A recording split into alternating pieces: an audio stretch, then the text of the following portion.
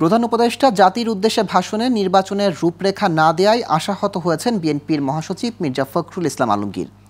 সোমবার জাতীয় প্রেস ক্লাবে এক আলোচনা সভায় তিনি আশাহত হওয়ার কথা জানান। স্থিতিশীলতা নষ্ট করে যারা দেশকে ক্ষতির দিকে নিয়ে যেতে চায়, নির্বাচনের রূপরেখা দিলে তারা থেমে যেতে বাধ্য হবে বলে মন্তব্য করেন বিএনপির মহাসচিব।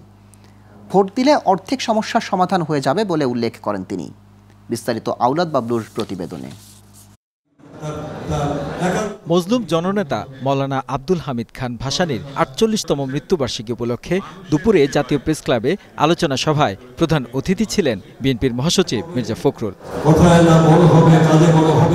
এ সময় প্রধান উপদেষ্টার ১০০ দিনের পূর্তিতে ভাষণের প্রশংসা করে মির্জা ফখরুল বলেন, বক্তব্যে অনেকে আশান্বিত হলেও বিএনপি একটু আশাহত, কারণ তারা আশা করেছিলেন প্রধান উপদেষ্টা তার সব প্রজ্ঞা দিয়ে সমস্যা চিহ্নিত করে নির্বাচনের একটা রূপরেখা দিবেন। একটা ক্রান্তি সময়কাল আমরা পার হব।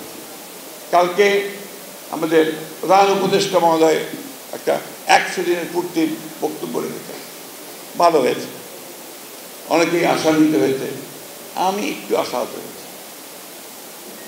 আমি আশা করেছিলাম যে প্রধান উপদেষ্টা মহোদয় তার সমস্ত প্রজ্ঞা দিয়ে সমস্যাটা চিহ্নিত করে তিনি নির্বাচনের একটা রূপরেখা দেবেন।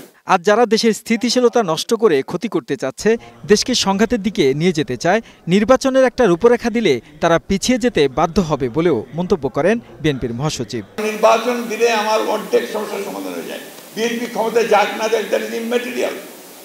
আজকে যারা বাংলাদেশে ক্ষতি করতে চাচ্ছে, যারা বাংলাদেশে স্থিতিশীলতা নষ্ট করতে চাচ্ছে, বাংলাদেশকে যারা সংঘাতের মধ্যে জড়িয়েছে, তারা তখন পিছিয়ে যেতে বাধ্য হবে, কারণ ওই সরকারের পিছনে জনগণের সমর্থন থাকবে।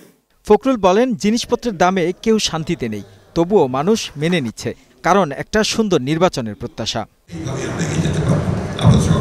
ধন্যবাদ। আওলাদ বাবলু, গ্লোবাল টেলিভিশন, ঢাকা।